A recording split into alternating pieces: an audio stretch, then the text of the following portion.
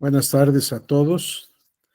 Nos volvemos a ver. Espero que después no tengan pesadillas conmigo. Tantas veces que tenemos el curso, que les vaya a quedar por ahí un recuerdo que los despierte y no en buenas circunstancias. Así que hoy, cuando menos, será la última de un tiempo.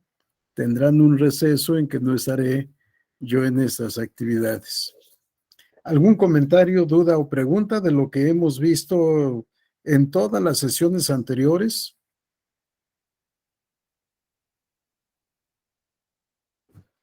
¿No? El silencio elocuente parece que dice que no. Bien, como el tema fundamental es el recurso de revisión, vamos a empezar, recurso de revisión del procedimiento especial sancionador.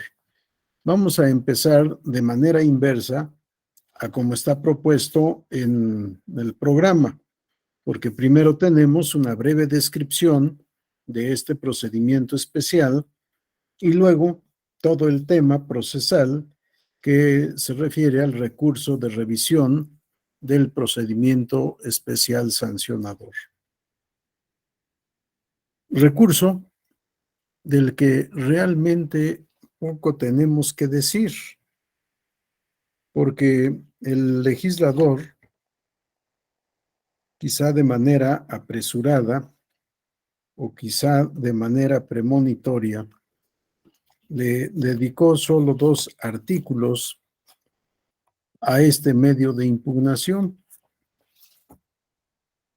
El artículo 109 y 110, que fueron adicionados por reforma publicada en el Diario Oficial de la Federación el 23 de mayo de 2014.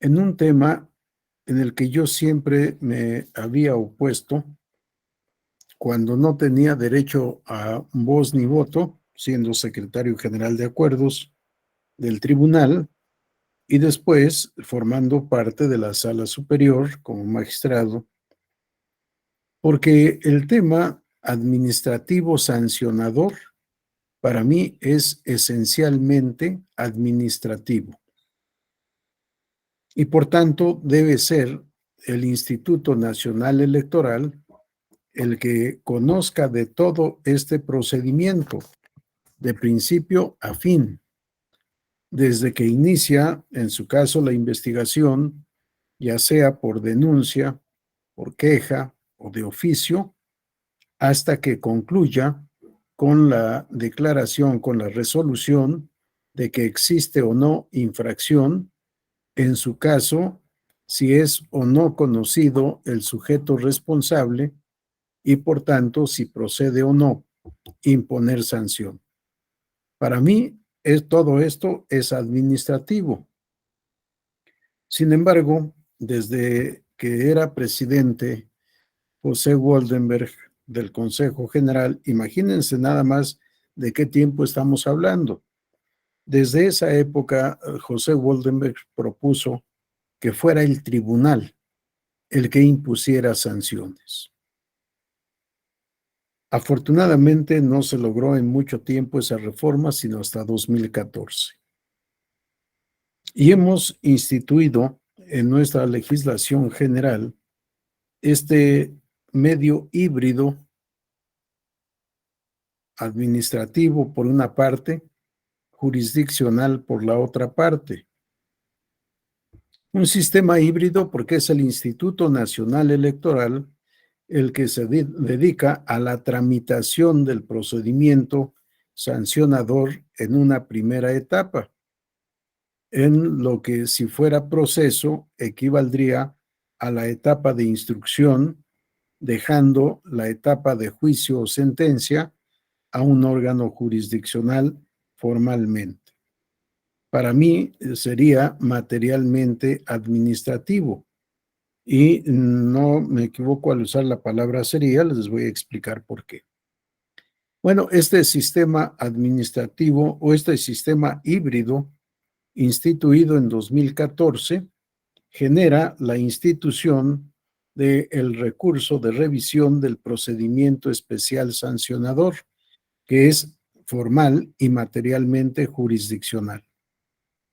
Pero quizá no les dio tiempo de hacer un estudio y una regulación completa y nos dejan solo en 2 artículos todo lo relativo al proceso del recurso de revisión del procedimiento especial sancionador.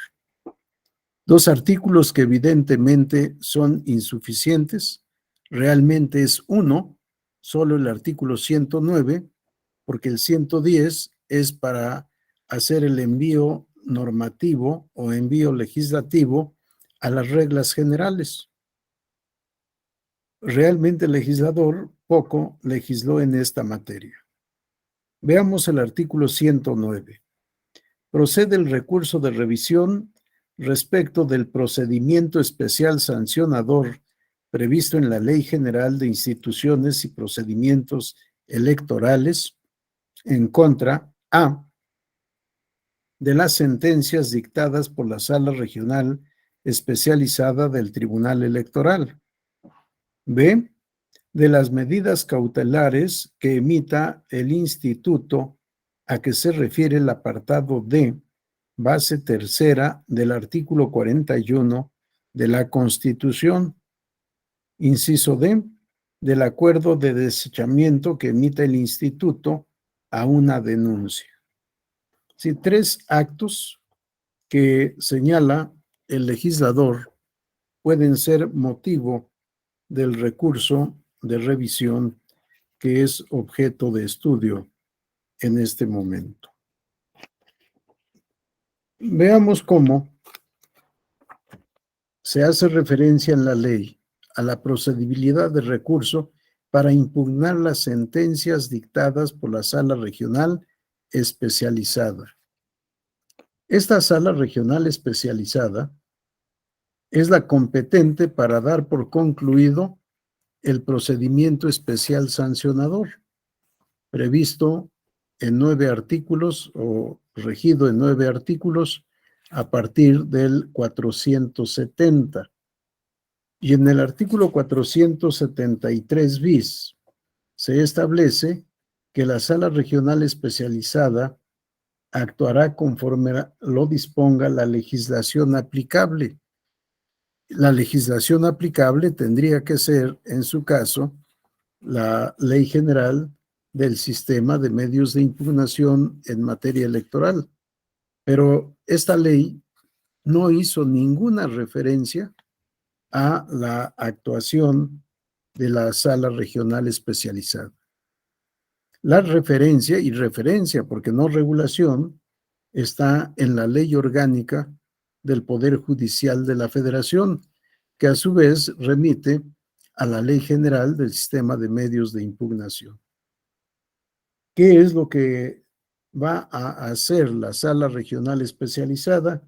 El artículo 475 establece que será competente para resolver sobre el procedimiento especial sancionador referido en el artículo anterior, la Sala Regional Especializada. En esta Ley General del Sistema de Medios, de la Ley General de Instituciones y Procedimientos Electorales, sin que tuviera ese alcance normativo sistemático, es el que establece que es la Sala Regional Especializada la que debe resolver, la que debe dictar sentencia. Y es el 476 el que establece las reglas de procedimiento o proceso, ya no sé, de la Sala Regional Especializada. El artículo 476 establece en unos cuantos incisos qué es lo que debe hacer la Sala Especializada para resolver sobre esta materia.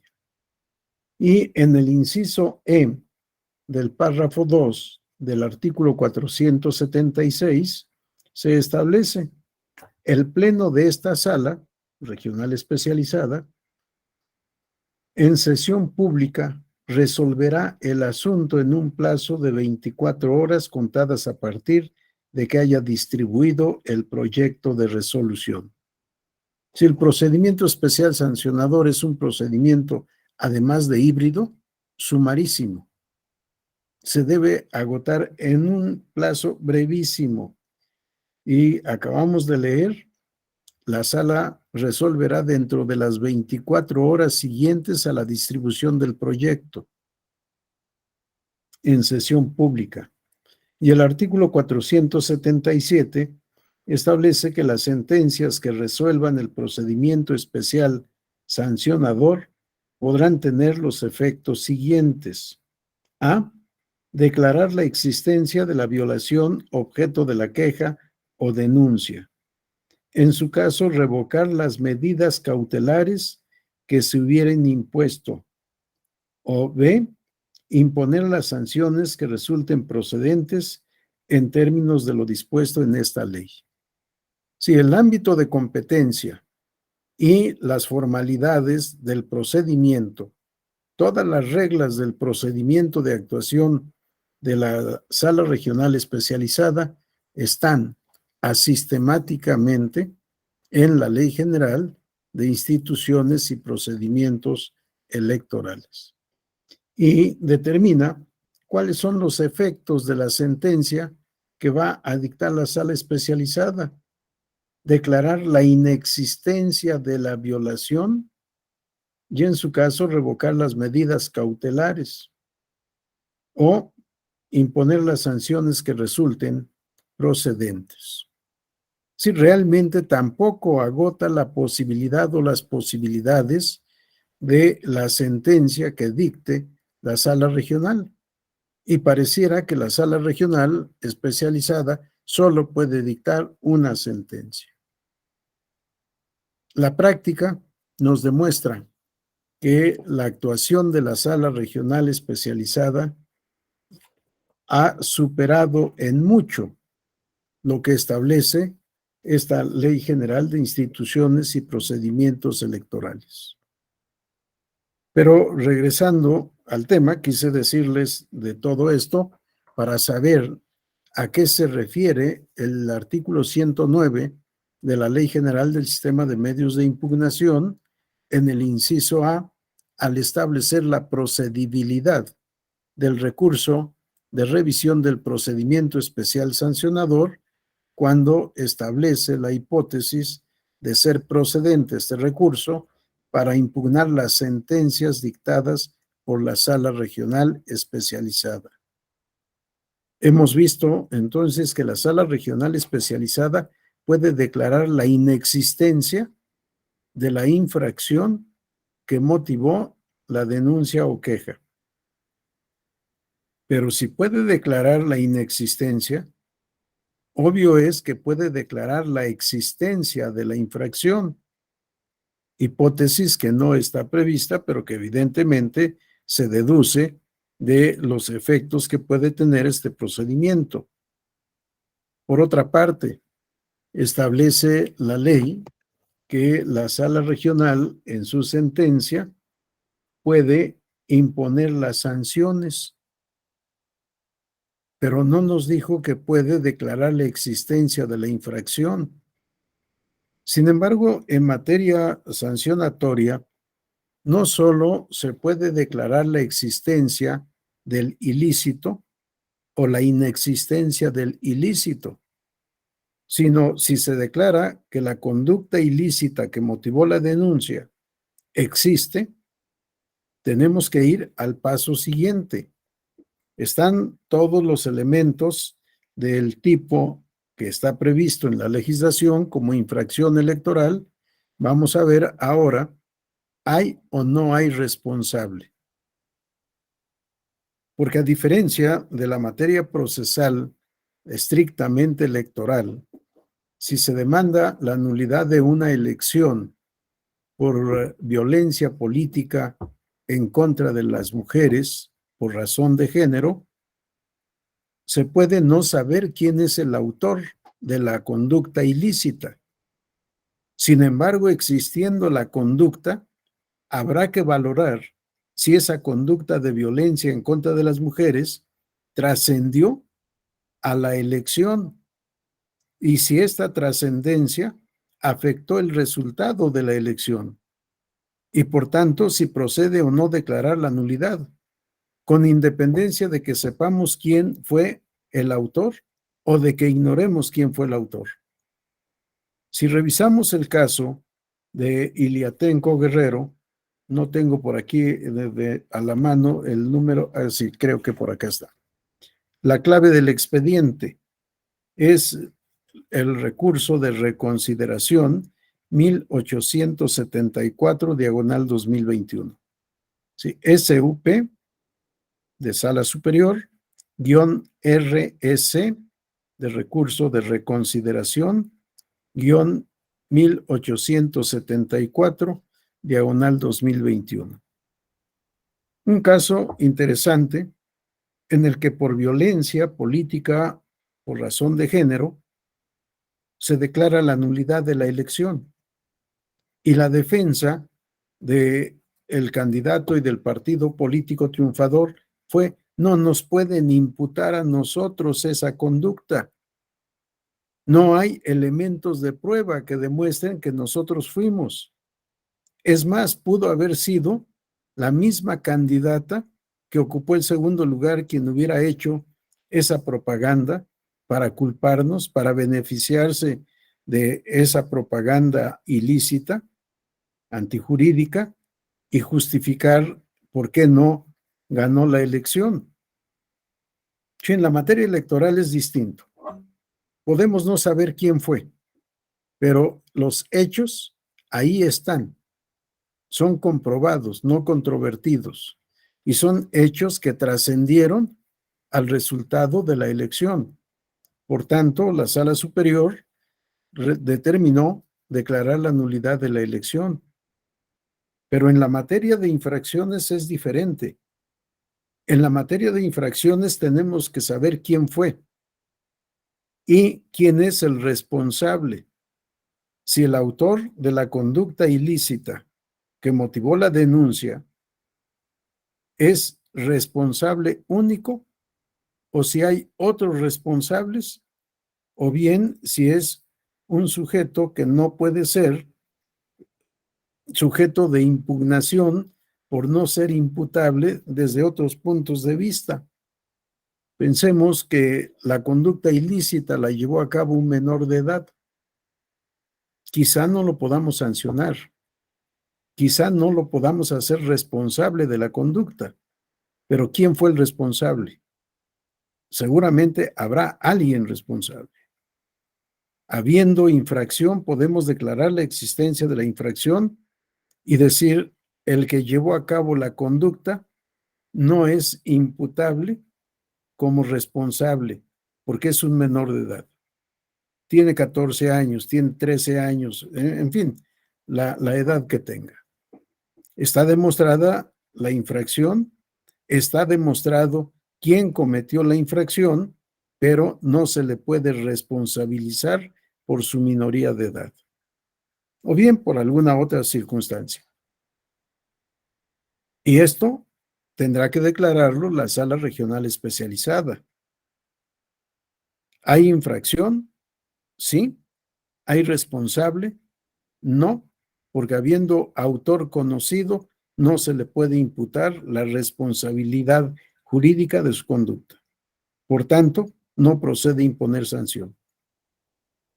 O bien, él es el responsable, se reconoce que es responsable, pero no se le puede sancionar por su minoría de edad. Depende del criterio que asuma la Sala Regional Especializada en un caso como el que estoy ejemplificando. De tal manera que la sentencia que dicte la Sala Regional Especializada puede ser múltiple, con distintos efectos, no solo el que está señalando el legislador en este artículo de la Ley General de Instituciones y Procedimientos Electorales. Por otra parte, nos dice el legislador que la Sala Regional Especializada puede revocar las medidas cautelares, pero las medidas cautelares tienen, por una parte, un régimen distinto, porque al presentar la denuncia o queja de la comisión de una infracción que debe ser investigada y resuelta en un procedimiento especial sancionador, se puede pedir la adopción de medidas cautelares, pero no es la sala regional especializada la que va a resolver. Es tampoco la unidad técnica de lo contencioso electoral que conoce de la denuncia. Es otro órgano, un órgano del Consejo General del Instituto Nacional Electoral, la Comisión de Quejas y Denuncias.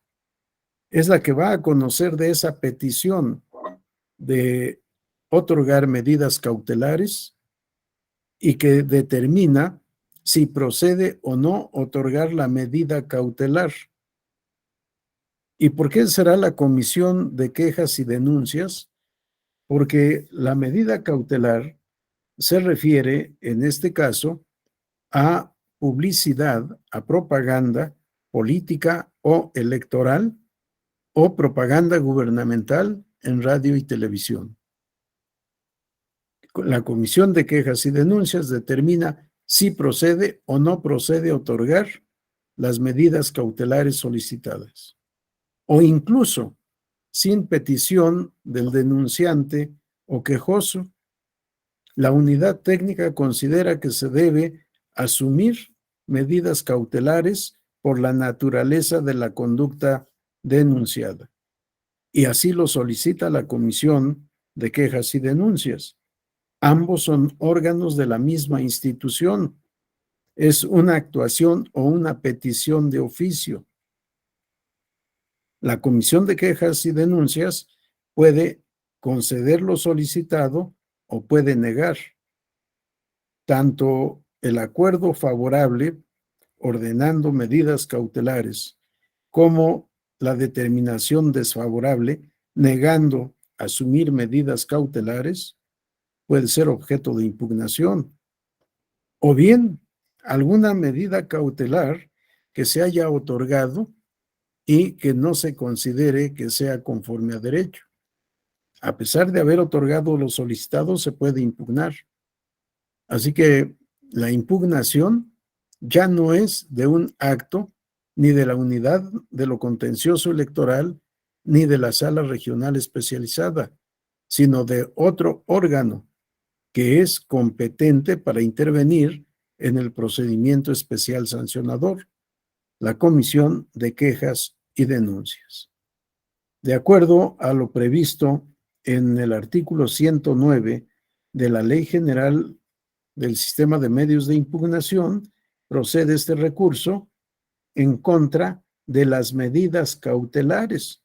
Sí, pero no solo en contra de las medidas, y más que en contra de las medidas, para controvertir el otorgamiento de medidas, también el no otorgamiento, otro supuesto que no está previsto en la ley. Y en su caso, la revocación de las medidas cautelares. Si la sala regional considera que procede revocar esa orden positiva de asumir medidas cautelares, también puede ser objeto de impugnación por este motivo la sentencia de la sala especializada.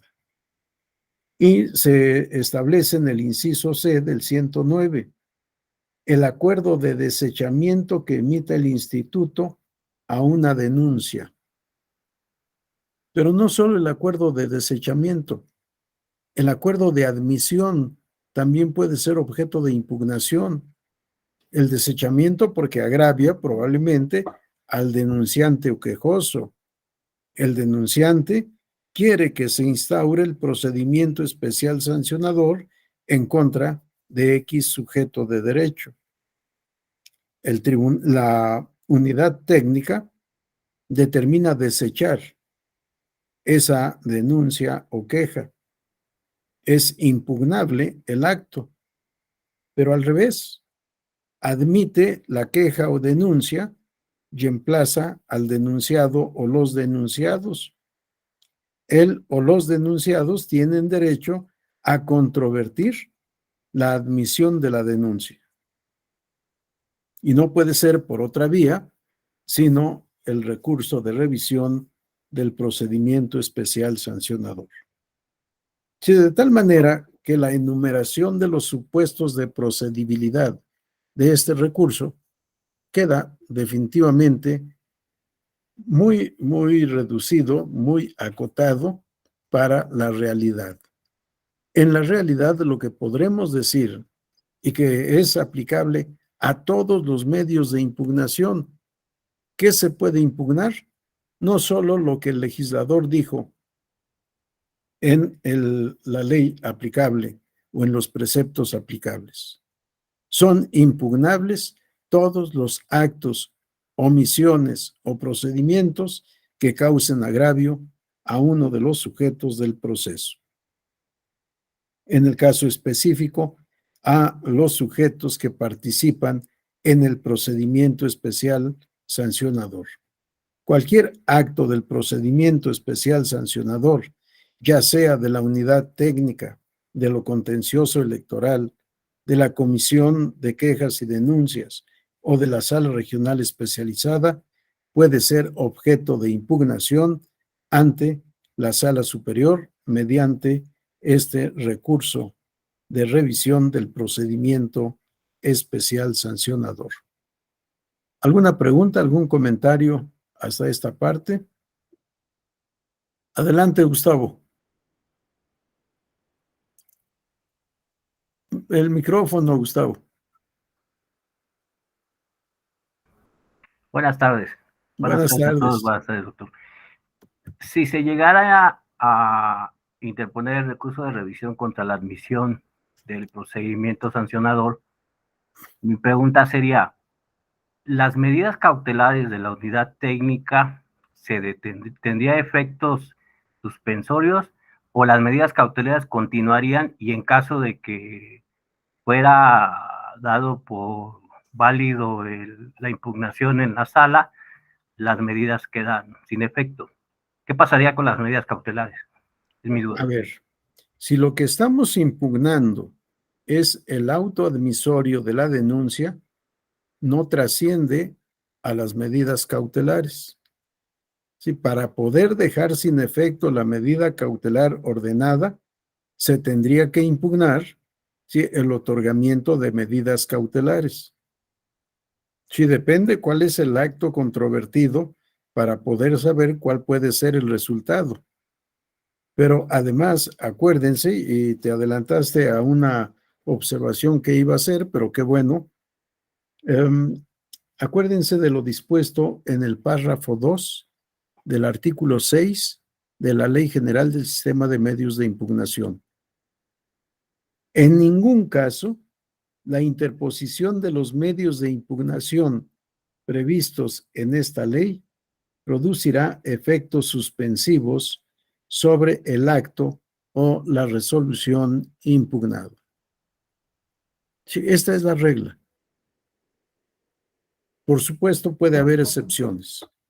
De momento no recuerdo ninguna excepción, pero es la regla, no tiene efectos suspensivos. Sin embargo, si lo que se impugna es el otorgamiento de medidas cautelares y determina la sala superior que indebidamente se otorgó esa suspensión de la conducta que motiva la denuncia, puede ordenar la revocación o puede revocar y ordenar que continúe la difusión de la propaganda o del promocional que se suspendió por la Comisión de Quejas y Denuncias. Al revés, si la Comisión de Quejas y Denuncias considera que no procede otorgar la medida cautelar, se impugna esta negativa y la Sala Superior pudiera considerar que la negativa no está bien fundada y motivada y que sí procede otorgar la suspensión. Sí, depende del acto controvertido el efecto que pudiéramos tener. Y acuérdense, aunque no estamos todavía en esa parte, acuérdense que lo que motiva el procedimiento especial sancionador es fundamentalmente la difusión de propaganda en radio y televisión, de acuerdo a lo dispuesto en el artículo 41, párrafo tercero, base sexta, base quinta, perdón. Ando ahora equivocado en bases. Base tercera, ¿sí? Fundamentalmente en el apartado C y en el D.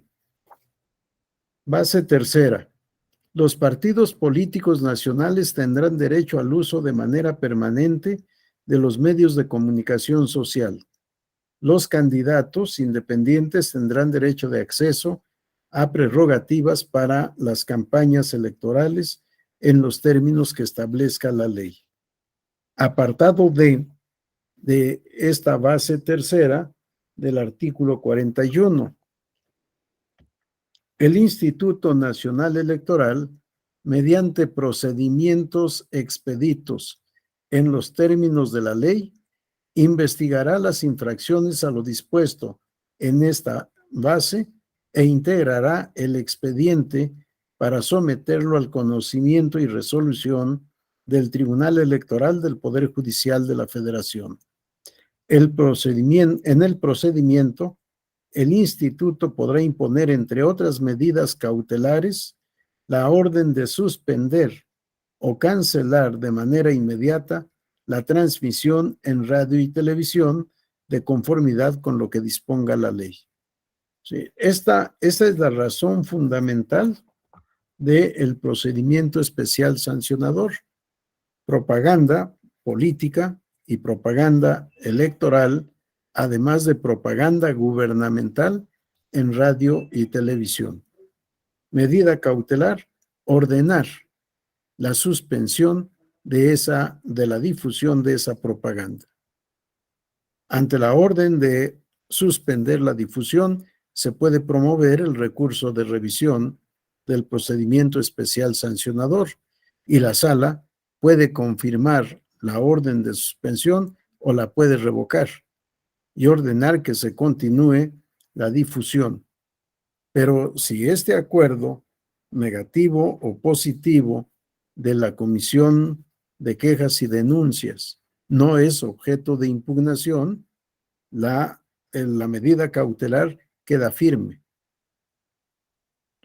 Todo lo que no se impugne queda firme, salvo que al momento de impugnar la sentencia dictada por la Sala Regional Especializada para dar por concluido el procedimiento especial sancionador, que sea impugnado, y ahí se impugne también la medida cautelar, bueno, la impugnación abarca todo y la sentencia de la Sala Superior también abarcará todo, y ahí podrá confirmar la medida cautelar otorgada o negada, dependiendo del caso concreto. Espero que haya quedado contestada la pregunta de Gustavo y que haya quedado clara la explicación para todos. Sí, doctor, gracias. Con gusto. Sí, el tema es bastante amplio y lo que les decía, tomen en consideración no solo la enumeración que haga el legislador en cada caso. Partamos siempre de la base de que todo acto u omisión, procedimiento o resolución que cause agravio puede ser objeto de impugnación.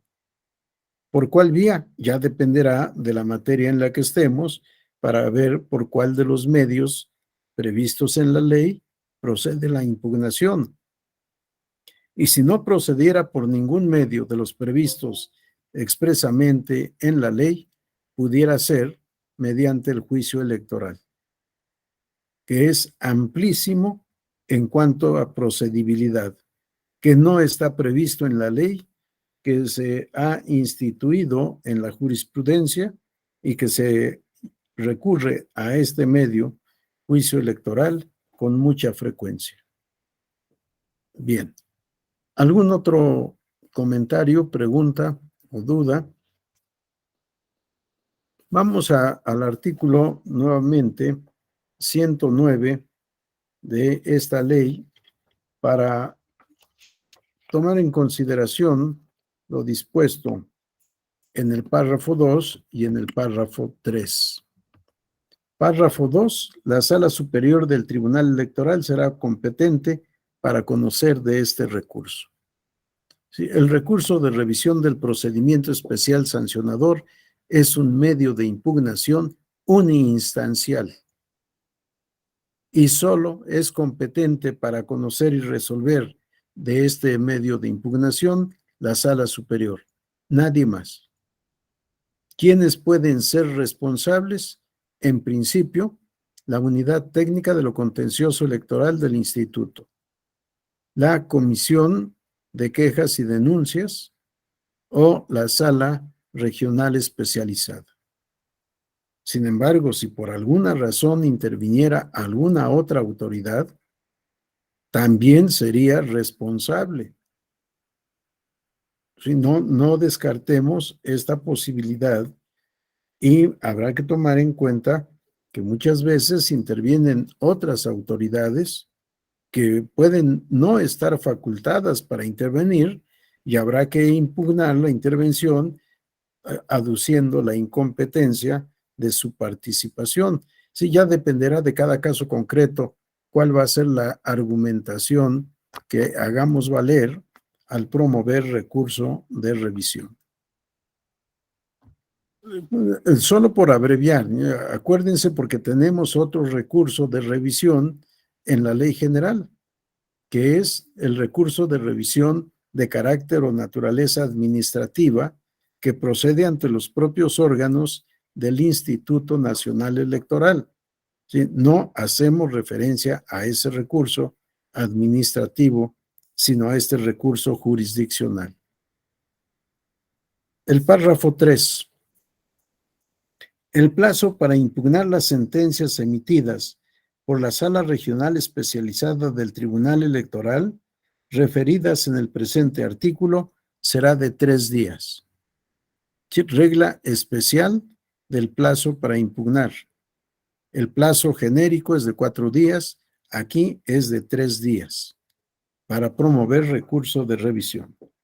Contados a partir del día siguiente en que se haya notificado la resolución correspondiente, con excepción del recurso que se interponga en contra de las medidas cautelares emitidas por el instituto, en cuyo caso el plazo será de 48 horas.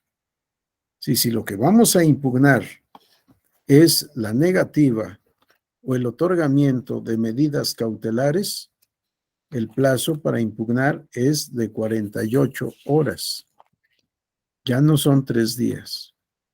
Y acuérdense que el cómputo de los plazos señalados por horas transcurren de momento a momento. Así está previsto en nuestra Ley General del Sistema de Medios de Impugnación en el artículo 7, párrafo 2.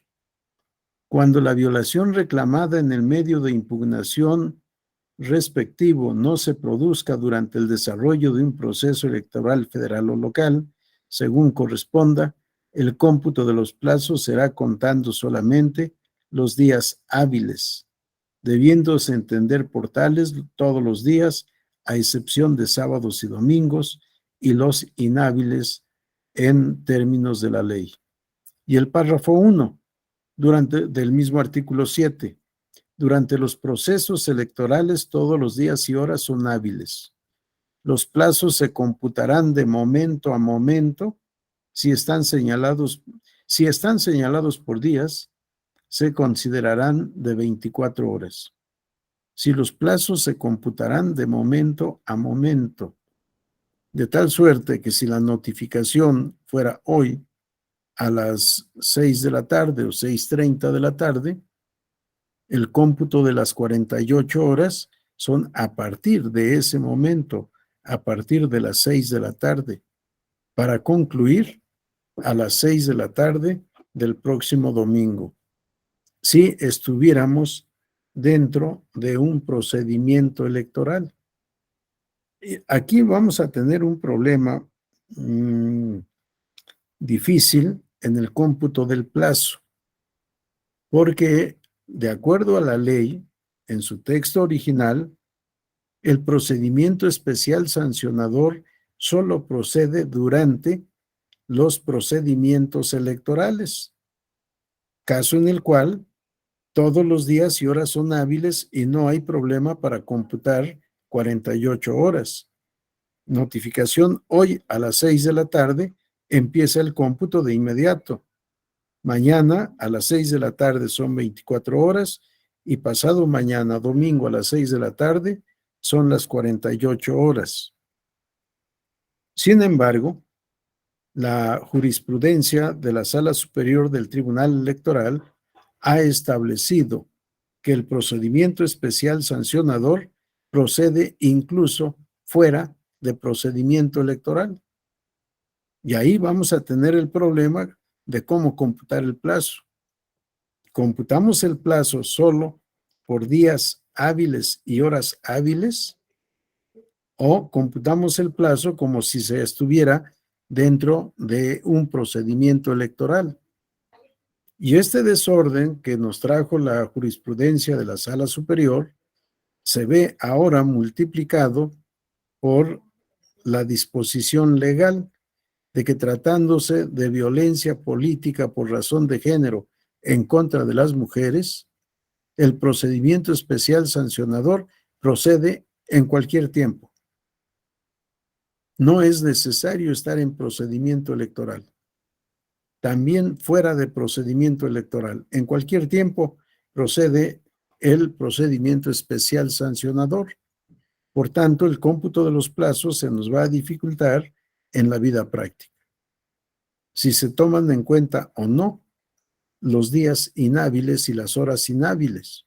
Y esto, por supuesto, procesal y procedimentalmente va a traer otras consecuencias, porque el procedimiento especial sancionador se desarrolla en el transcurso de horas, no de días. Obviamente, las horas constituyen días, pero los plazos se computan por horas.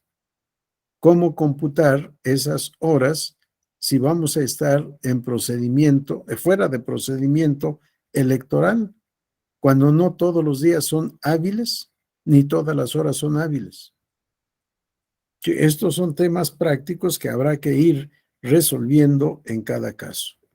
Pero volviendo al tema, 3 días si lo que se impugna es una sentencia de la sala regional. 48 horas si lo que se impugna es una determinación de la Comisión de Quejas y Denuncias en materia de medidas cautelares.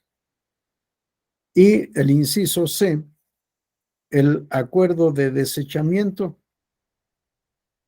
Ya no nos dijo el legislador qué plazo tenemos para impugnar el acuerdo de desechamiento.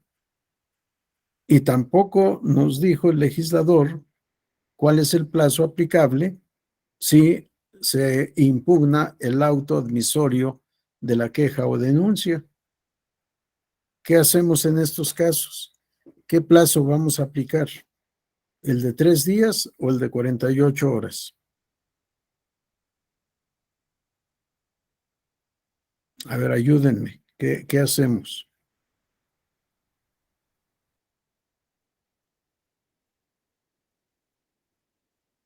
¿Qué plazo aplicamos para impugnar el acuerdo de desechamiento o el acuerdo de admisión de la queja o denuncia? María del Refugio dice que el de 3 días. ¿Están de acuerdo?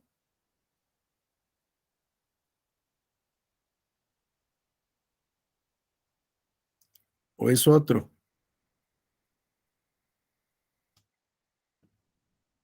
Alín González, adelante.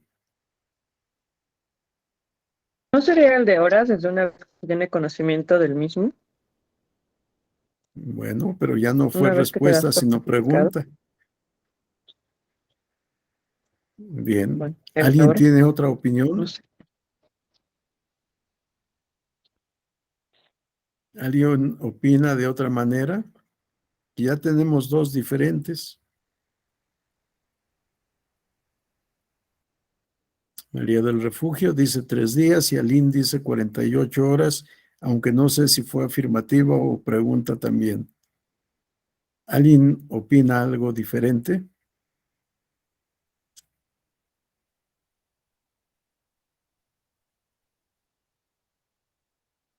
Es el de 4 días.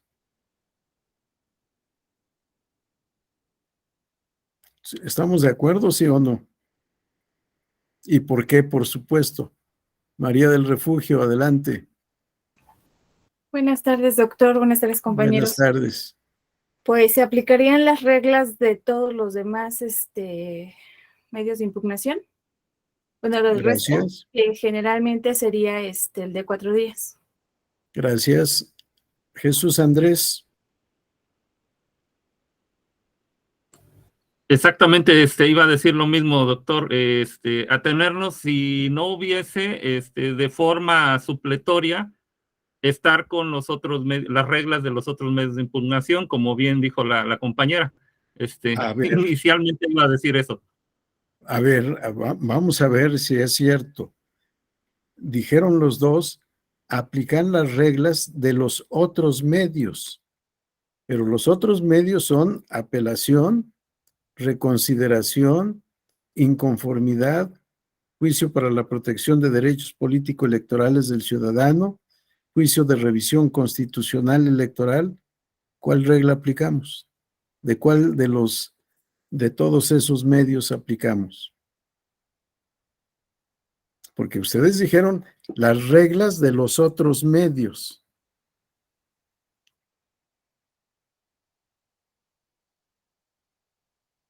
Dice María del Refugio, me parece que sería la apelación, pero la apelación también tiene 2 plazos, 4 y 3 días.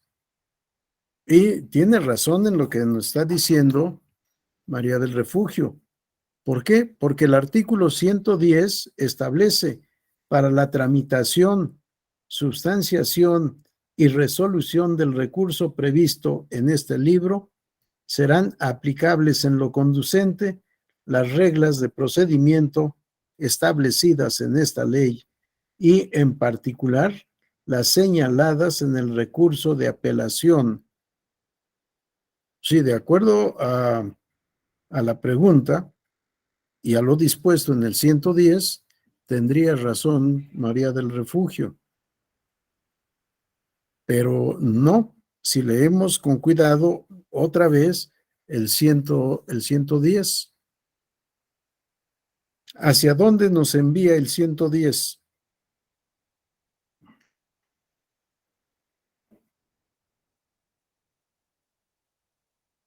No dice el legislador expresamente a qué parte de esta ley.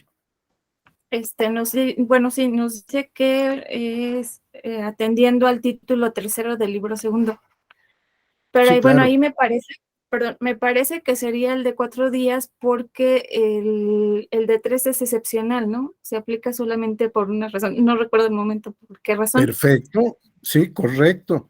El plazo de 3 días para promover apelación es también una excepción. Así es. La regla son 4 días. Pero ¿para qué andar navegando en todas partes si tenemos una respuesta más sencilla, más clara, más directa, sin tanta complicación? ¿Cuál sería el fundamento de nuestra respuesta? Es correcto, son 4 días, yo opino lo mismo y me parece que ya tenemos tesis o precedente en la sala superior. No tengo en mente en este momento si está o no.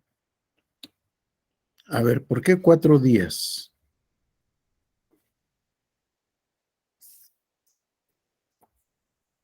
Acuérdense lo que estudiamos en días anteriores. Ahí a propósito, ¿ya consiguieron el libro? ¿Ya, como se dice vulgarmente, ya bajaron el libro? El Manual de Justicia Electoral. Léanlo.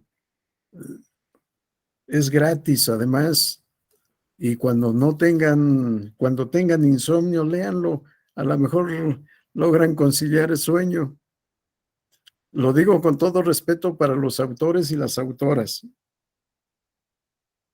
Pero si no, pues les recomiendo mi libro para cuando no puedan dormir, léanlo y ya verán que se duermen de inmediato.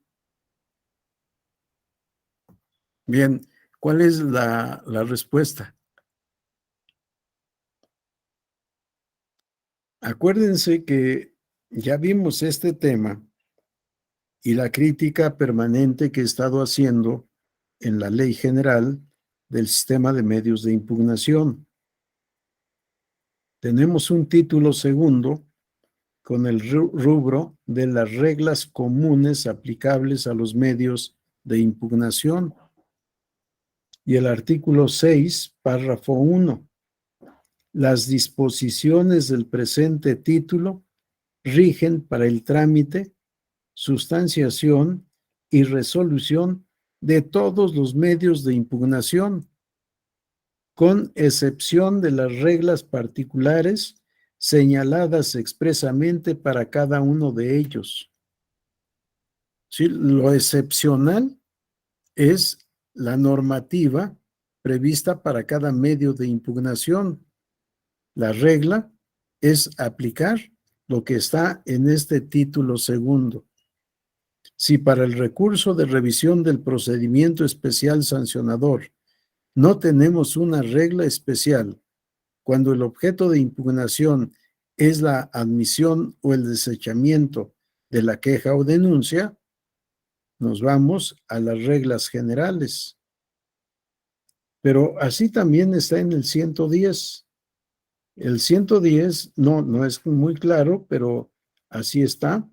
Para la tramitación, substanciación y resolución de los recursos, del recurso previsto en este libro, serán aplicables en lo conducente las reglas de procedimiento establecidas en esta ley, y en particular las señaladas en el recurso de apelación.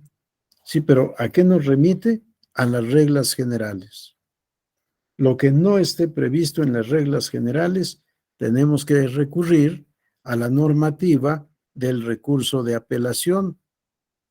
Y lo que no esté previsto en el recurso de apelación, ¿qué hacemos?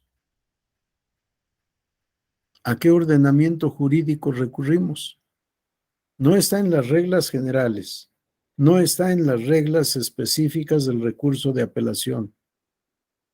¿A qué ordenamiento jurídico recurrimos entonces? Adelante, Andrea. Bueno, no estoy muy segura, doctor, pero al Código de Procedimientos Civiles. Al Código Federal de Procedimientos Civiles. Sí, es correcto, así está previsto en el artículo 4, párrafo 2. Para la substanciación y resolución de los medios de impugnación de la competencia del Tribunal Electoral del Poder Judicial de la Federación, a falta de disposición expresa, se estará a lo dispuesto en el Código Federal de Procedimientos Civiles. Sí, efectivamente, no hay normativa en el recurso de revisión del procedimiento especial sancionador. Vamos a las reglas generales y tampoco hay una disposición. Vamos al recurso de apelación y no hay disposición. ¿Qué hacemos? Recurrimos al Código Federal de Procedimientos Civiles. Y si tampoco ahí encontráramos la respuesta, ¿qué hacemos?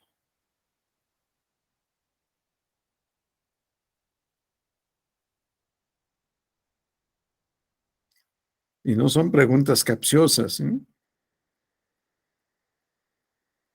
Ya serían muchas omisiones, pero pasa. Ayer hablábamos de incidentes y no está previsto el incidente de nulidad de actuaciones. En el Código Federal de Procedimientos Civiles sí, pero pensemos que tampoco ahí está. ¿Qué hacemos? ¿A qué recurrimos?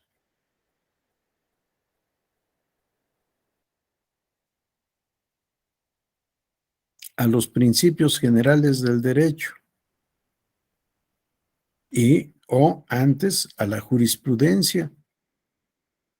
Buscar si la jurisprudencia ha resuelto este problema. No ha resuelto el problema, vamos a principios generales del derecho. O vamos al derecho comparado inclusive.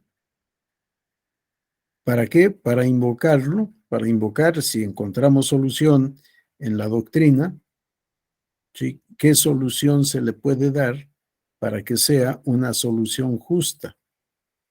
Por eso yo digo que todos los juicios, todos los procesos deben ser resueltos conforme a derecho, no conforme a la ley, porque la ley muchas veces resulta insuficiente, y entonces tenemos que recurrir a los principios generales del derecho. Y lo que puede cubrir todo es el principio de equidad. Resolver de manera equitativa, de manera justa, el caso concreto. Y cualquier argumentación que sea conforme a la justicia puede ser invocada para que el tribunal resuelva conforme a derecho, que dicte una sentencia justa. Bien, el tema del recurso de revisión del procedimiento especial sancionador, como pueden advertir, es amplio, es mucho lo que falta por subsanar, pero nos puede ser totalmente útil todo el título de reglas generales.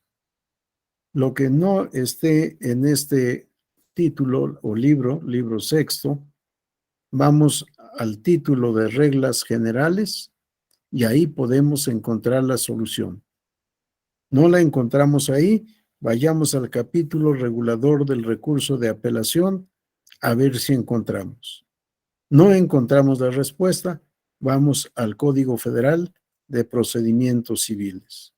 Y si tampoco ahí encontramos respuesta, vamos a los principios generales del derecho o a la jurisprudencia o a la doctrina para buscar la solución que mejor resuelva el problema. ¿Algún comentario, duda, observación? El tema procesal es de verdad interesantísimo, es amplio, muy amplio, y tenemos que ir creando día a día nuevos conocimientos de acuerdo a nuestra forma de pensar para poder completar lo que el legislador no pudo prever.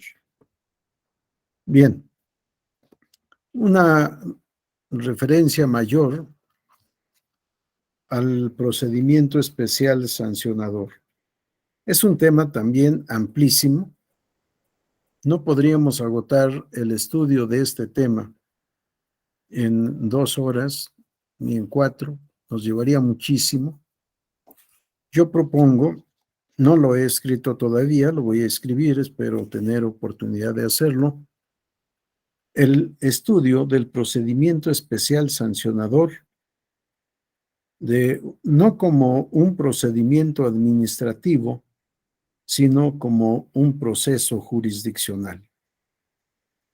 Y aplicar a esta materia el método que utilizo para el estudio de todos los demás medios de impugnación. Obviamente, haciendo el estudio también específico de la parte administrativa, no de la parte formalmente jurisdiccional. Y aprovecho, ya que hablo de la parte jurisdiccional, siempre he sostenido que lo que hace la Sala Regional Especializada es un acto administrativo. Sin embargo, leyendo a quienes han estado como magistrados en esta sala, he cambiado de opinión, porque si revisamos las sentencias, vamos a encontrar que la Sala Regional Especializada no se limita a determinar si hay o no infracción. No se limita a determinar si hay o no responsable. no se limita a imponer o no imponer una sanción. Si revisamos sus sentencias, vamos a encontrar que existen auténticos estudios de derecho sustantivo y procesal, nacional e internacional, y que sus pronunciamientos van más allá de la simple existencia o inexistencia de la infracción y de la existencia o inexistencia, conocimiento o no conocimiento del responsable de la conducta y, en su caso, la imposición de una sanción. De verdad que da gusto leer estas sentencias. Por ejemplo, cuando se ha denunciado al presidente de la República por propaganda gubernamental en tiempo prohibido. ¿En qué tiempo tiene prohibido el gobierno hacer propaganda gubernamental? ¿Alguien se acuerda? ¿En periodo electoral, doctor? Efectivamente, en el periodo de campaña electoral y, por supuesto, en el periodo de reflexión y, con mayor razón, el día de la jornada electoral. El gobierno tiene prohibido hacer propaganda gubernamental en esos días, salvo, por supuesto, que se trate de campaña de información de las autoridades electorales, porque es parte del gobierno. Si el gobierno no solo es el poder ejecutivo, como en ocasiones pensamos, el gobierno son los tres poderes: legislativo, ejecutivo y judicial. Pero también son parte del gobierno los órganos del Estado con autonomía constitucional.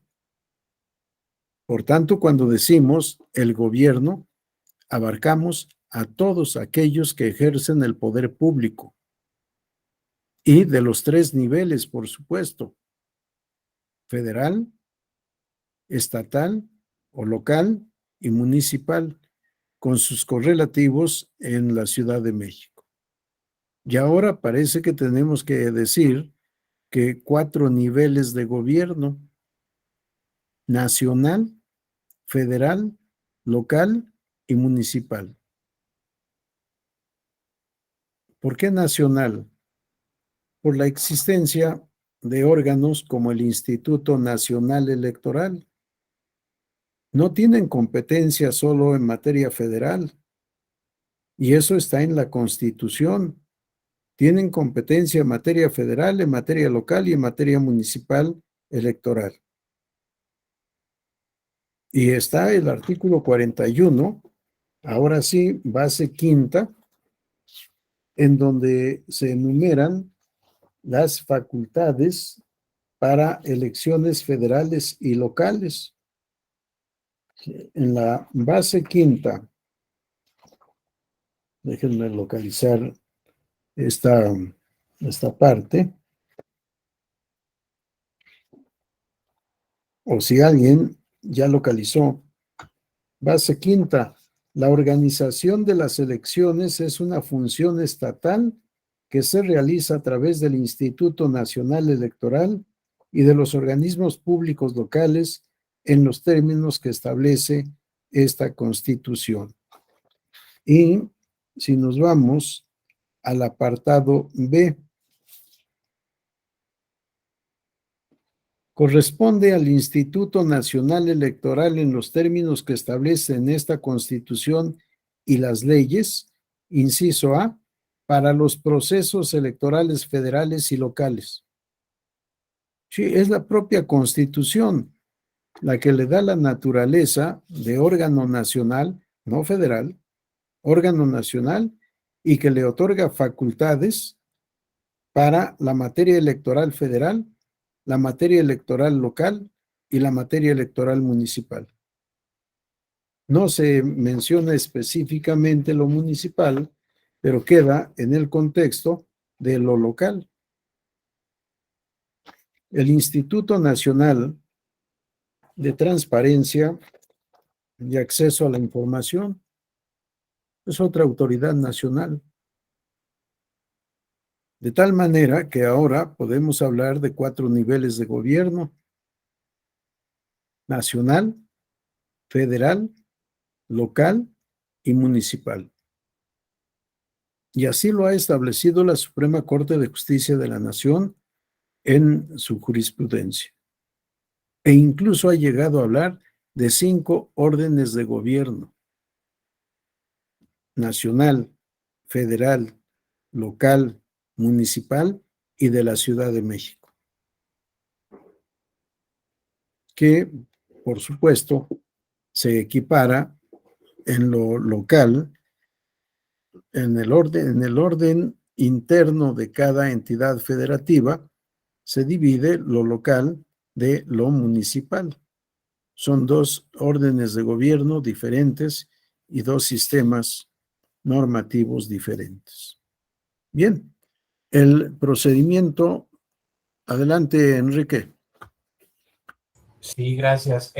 Bajo este criterio, pregunta, en este local incluiríamos a los temas de las comunidades, pueblos indígenas que participan bajo su propia regulación, o hablaríamos incluso de de otro subnivel para clasificarlos precisamente a ellos bajo su propia estructura normativa de regulación y de poder.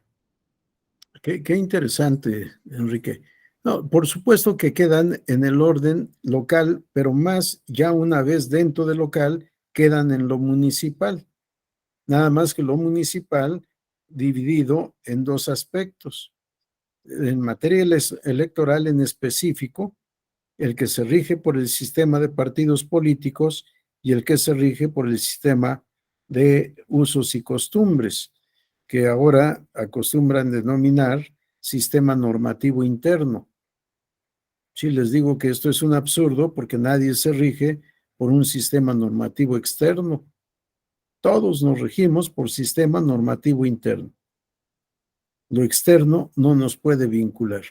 Pero en cuanto a la pregunta, elecciones por usos y costumbres queda en el contexto del gobierno municipal y del sistema normativo municipal.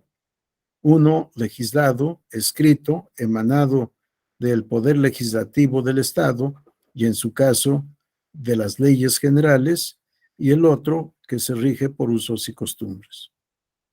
No por el sistema normativo legislado, sino por el sistema normativo consuetudinario de cada comunidad, lo cual tampoco es verdad ya, porque todo lo normativo municipal o de comunidades indígenas, no necesariamente municipio, pues hemos ido a tergiversar su sistema si es que existía. Yo niego que exista. Si es que existía, porque les hemos ido a decir, tus costumbres, tus usos y costumbres no siempre van a poder ser aplicados. Para poder aplicar y respetar tu sistema consuetudinario, necesitas respetar los derechos humanos que están previstos en los tratados internacionales de derechos humanos. Imagínense decirles a las comunidades indígenas que si no conocen nuestra legislación, tienen que conocer los tratados para aplicarlos puntualmente. Y por supuesto, la jurisprudencia de la Corte Interamericana de Derechos Humanos y las opiniones consultivas de la Corte Interamericana de Derechos Humanos y por supuesto también los criterios de la Comisión Interamericana de Derechos Humanos. Pues ya fuimos a cambiarles todo el sistema. Si se regían por usos y costumbres, pues ahora modifican sus usos y costumbres. Las mujeres tienen derecho a votar, como deben tener derecho a votar, por supuesto. Así que nada de que mujeres, me acuerdo porque ayer fue tema con el Tribunal Electoral de Oaxaca, Las mujeres no sirven para gobernar. No, cuidado. Lo que estás diciendo, aparte de que es inadmisible, se considera violencia política en contra de las mujeres por razón de género. Sí, entonces, ese sistema o esos sistemas de elección por usos y costumbres ya no existe tampoco, si es que algún día existió, porque hemos entrado institutos y tribunales a decirles lo que estás haciendo está mal hecho. Hazlo bien. Pero además, si revisamos esas elecciones por usos y costumbres, para que puedan votar necesitan tener su credencial para votar, que es lo que les identifica y les legitima para estar en la asamblea, que antes existía también credencial para votar. Obviamente no, hemos cambiado, hemos hecho un sistema nuevo, mezclando algunas prácticas tradicionales con principios que son, por supuesto, insalvables, constitucionales y de derecho internacional de los derechos humanos. Pero bueno, es un tema apasionante en donde, reitero, no sé si se los he dicho a ustedes o no, que nos equivocamos desde la reforma constitucional y al aplicar la reforma constitucional. Porque el convenio 169 de la Organización Internacional del Trabajo se refiere a elección de las autoridades propias de las comunidades indígenas. Elección de autoridades propias de las comunidades indígenas. El ayuntamiento no existía antes de la conquista. Y el municipio, por supuesto, no existía antes de la conquista.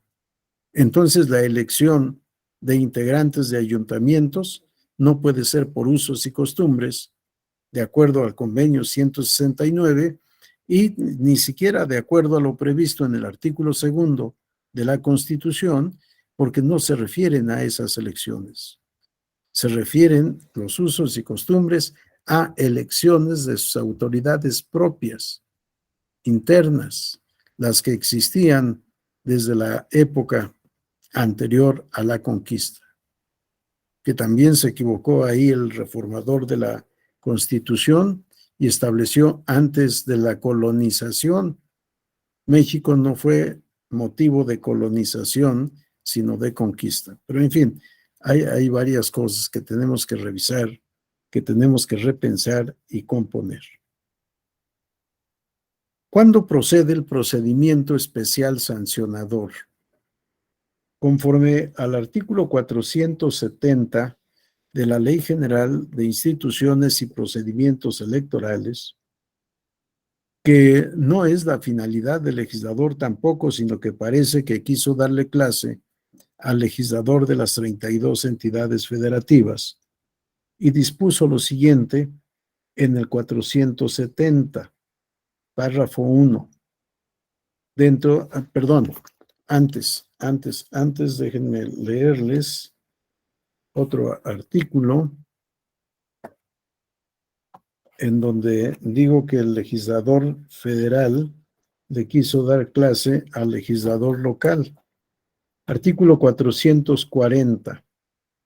Las leyes electorales locales deberán considerar las reglas de los procedimientos sancionadores tomando en cuenta las siguientes bases. A. Clasificación de procedimientos sancionadores en procedimientos ordinarios que se instauran por faltas cometidas dentro y fuera de procesos electorales. Y especiales sancionadores expeditos por faltas cometidas dentro de los procesos electorales. Esta fue la intención primaria del legislador.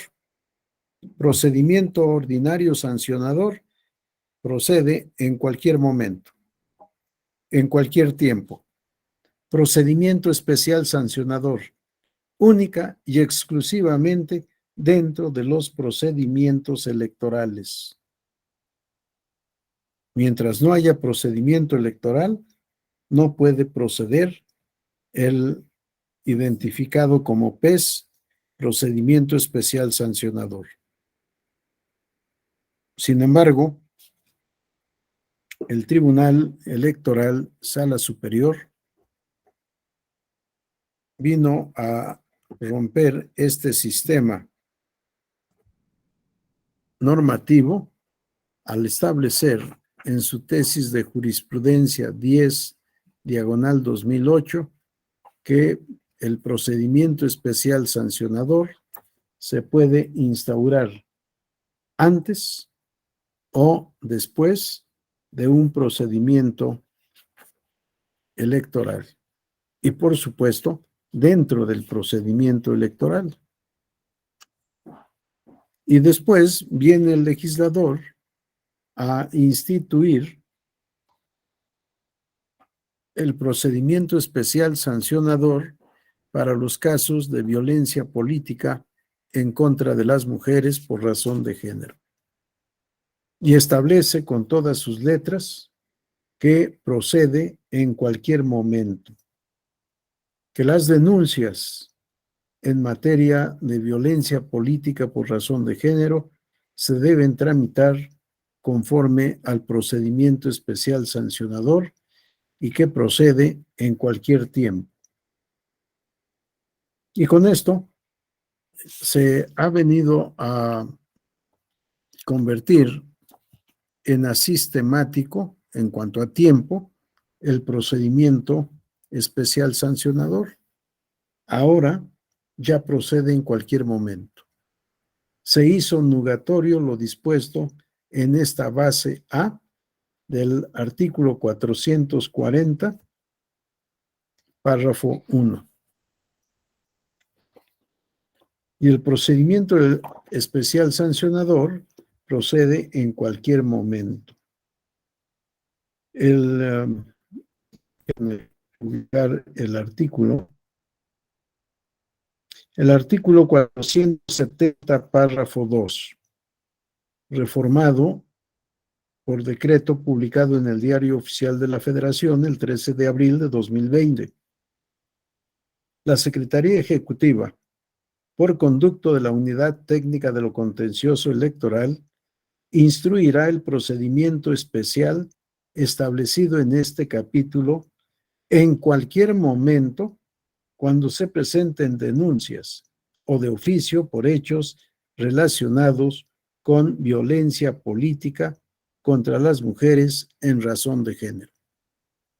Sí, de tal manera que esa acotación que existía de que solo durante el procedimiento electoral ha quedado desfasado, ha quedado derogado, ya no es de esta manera. Ahora el procedimiento especial sancionador procede en cualquier tiempo. ¿Y cuál es el objeto de este procedimiento especial sancionador? El artículo 470, en su párrafo 1, establece lo siguiente. Dentro de los procesos electorales, ya dijimos, esto ya no vale, porque ya no solo es dentro, sino fuera de los procedimientos electorales. Cuando el legislador se refiere a proceso electoral, no se refiere a juicios electorales, porque de manera indebida definió al proceso electoral en términos del artículo 207 de la Ley General del Sistema de Medios de Impugnación en los siguientes términos.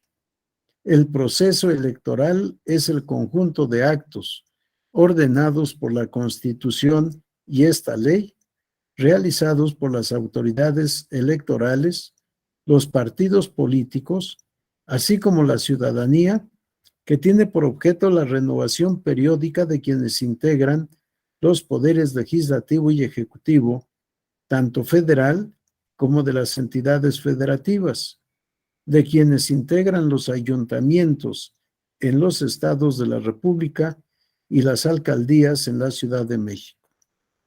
En la elección e integración de los ayuntamientos y alcaldías existirá la paridad de género, tanto vertical como horizontal. ¿Sí? Esto es lo que el legislador entiende por proceso electoral. Es equivocado. La palabra proceso solo tiene connotación jurisdiccional.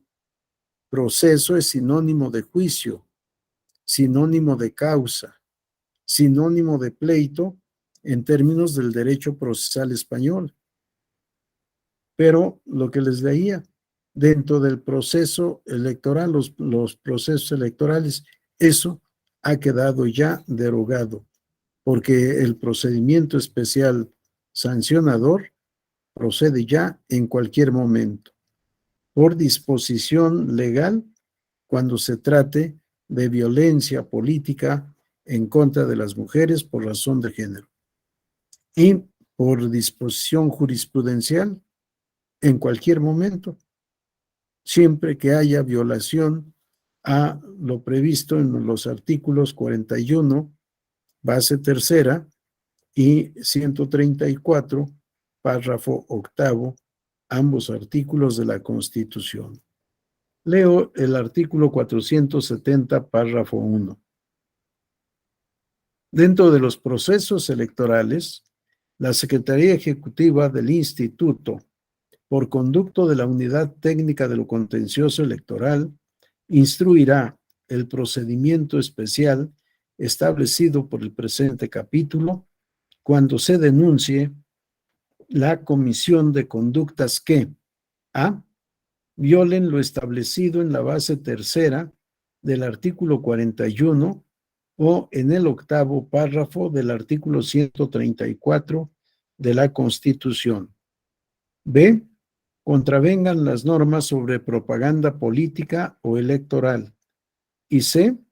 Constituyan actos anticipados de precampaña o campaña. Si le diéramos a estas expresiones actos anticipados de precampaña y actos anticipados de campaña, en este momento, muchos servidores públicos, muchos, estarían sometidos a procedimiento especial sancionador.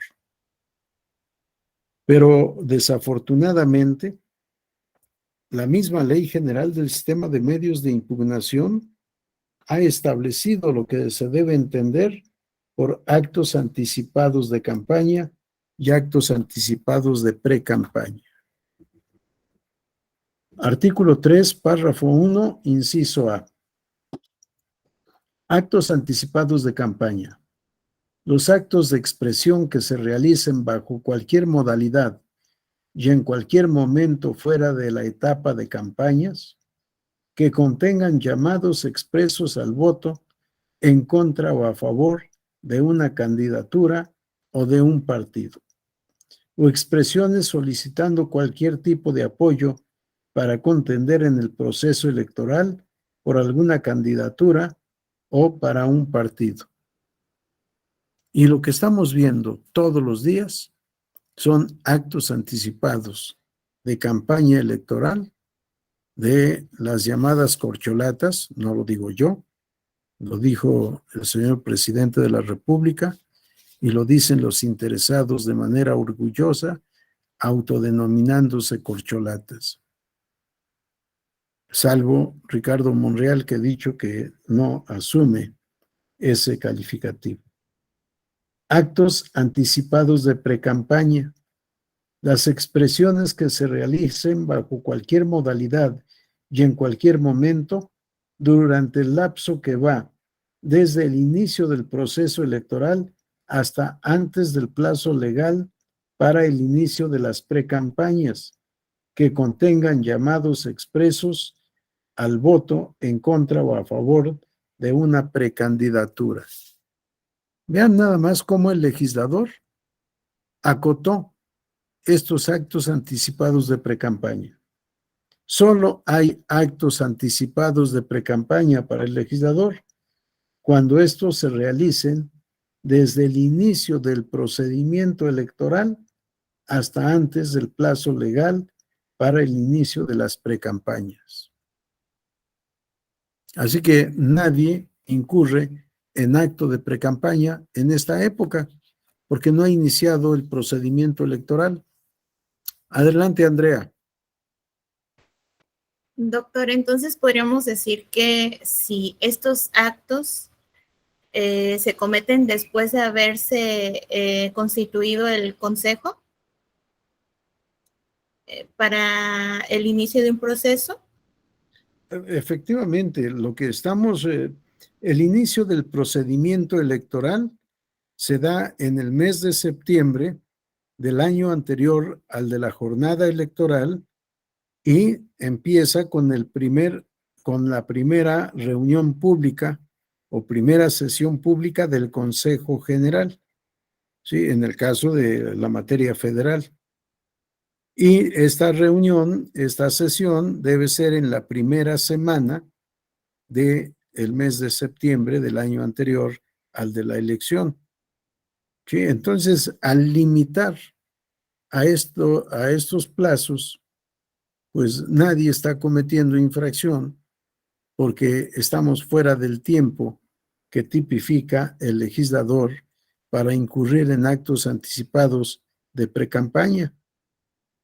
No así para los actos anticipados de campaña, porque el legislador dijo que en cualquier momento fuera de la etapa de campañas, para actos anticipados de campaña.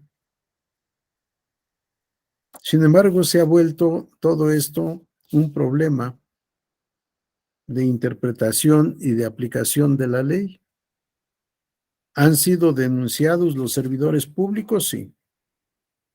¿Se ha llevado a cabo el procedimiento especial sancionador correspondiente? Sí. ¿Se les ha incluso determinado culpables de actos antijurídicos que están previstos como infracciones? Sí.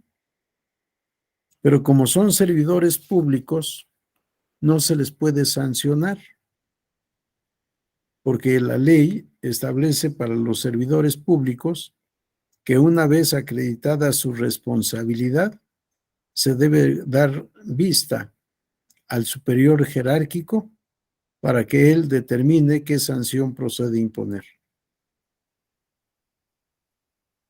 Sí, así es como está en la ley. Así es como lo encontramos en la Ley General de Instituciones y Procedimientos Electorales. Veamos el artículo 442.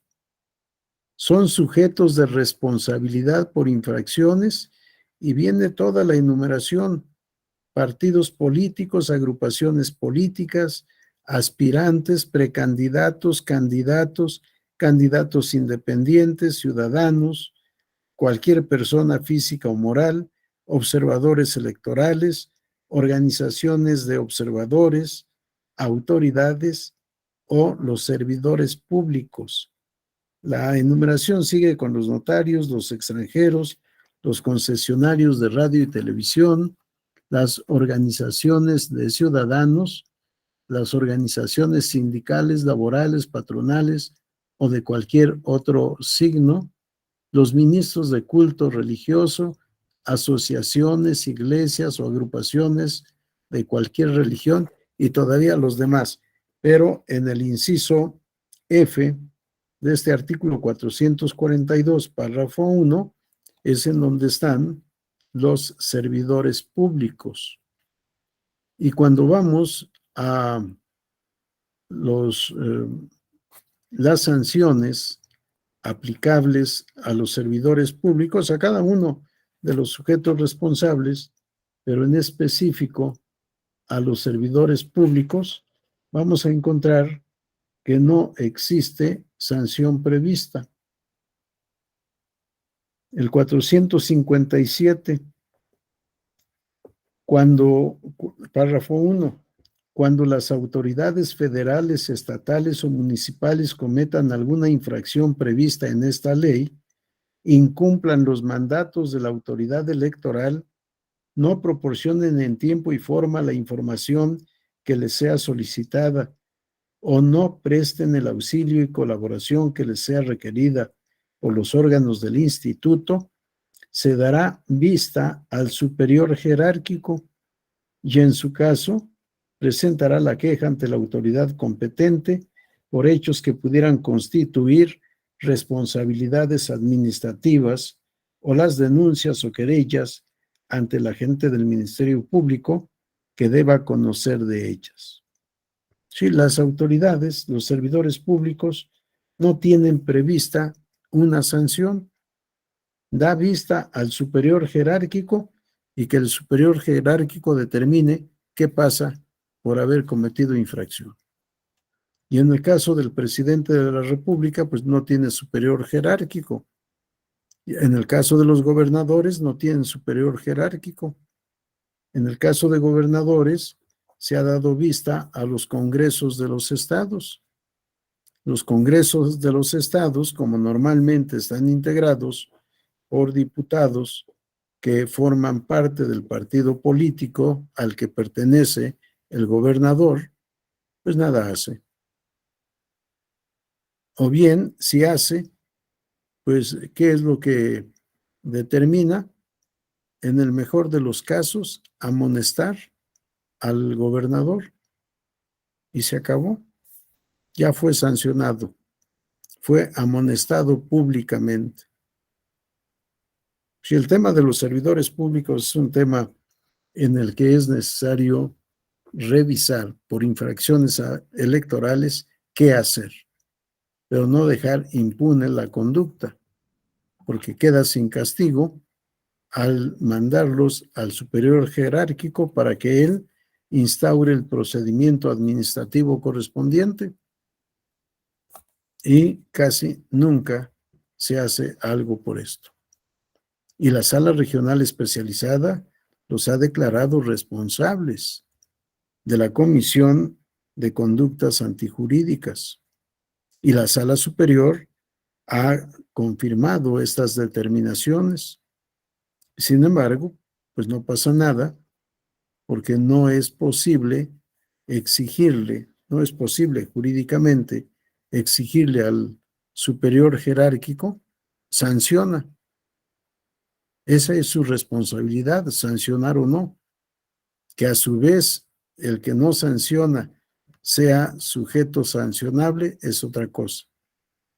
Pero tendría que volverse el tribunal en denunciante o quejoso ante la Contraloría correspondiente para poderle decir, le ordenamos al órgano posiblemente sancionador que sancionara o que tomara las determinaciones que quisiera y nada ha hecho.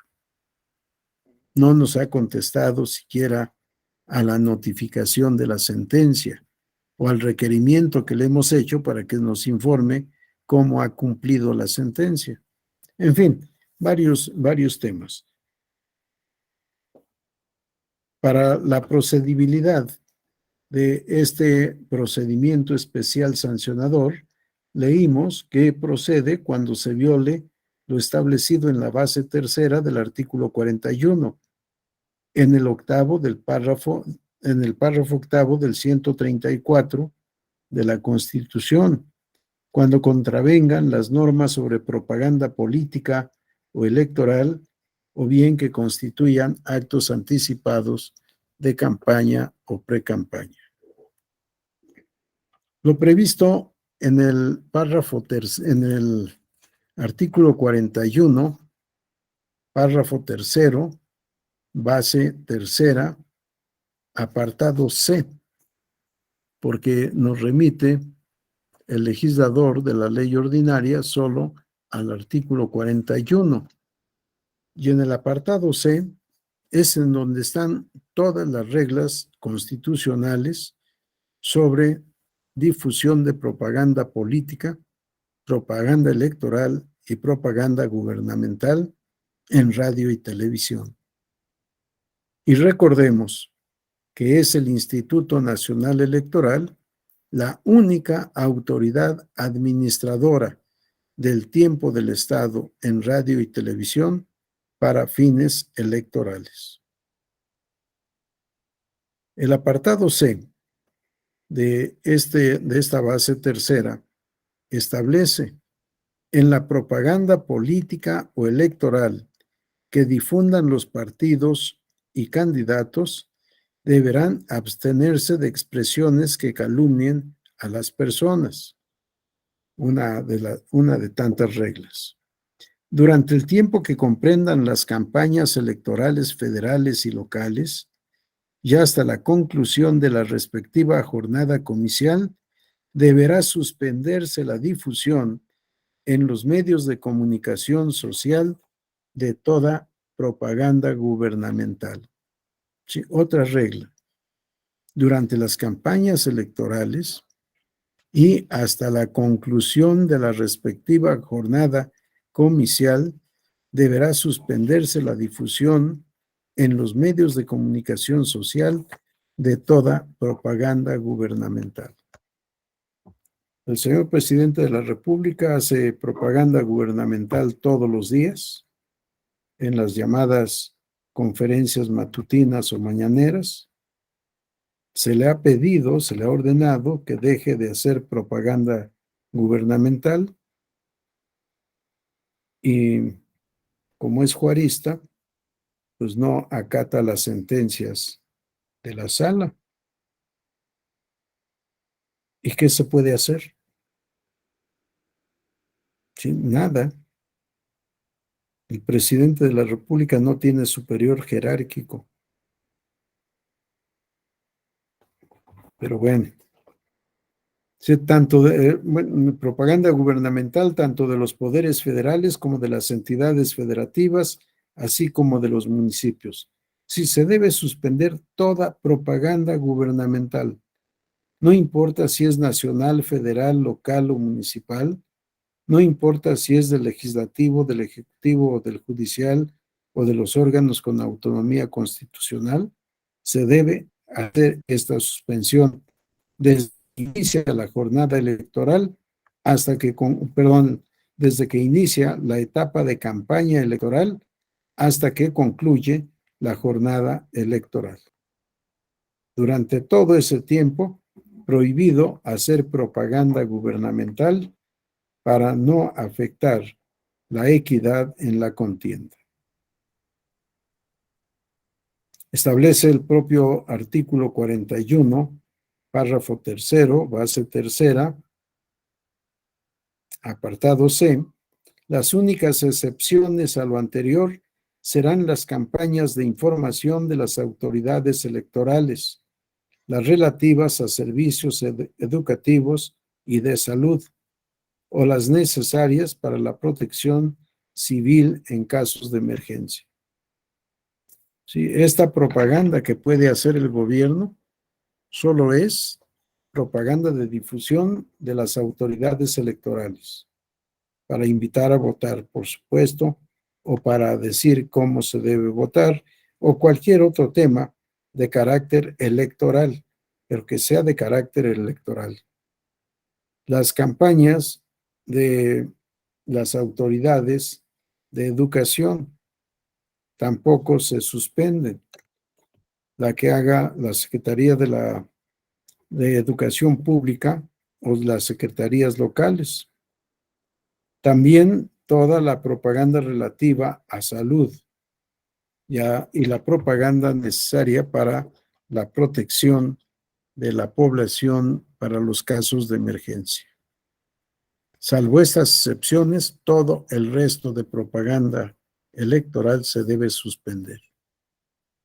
Pero además tenemos otras reglas que ya no están en el apartado C ni en el D, sino en el apartado A de esta disposición, de este artículo 41, base tercera, apartado A. Leo dos partes que son sumamente importantes.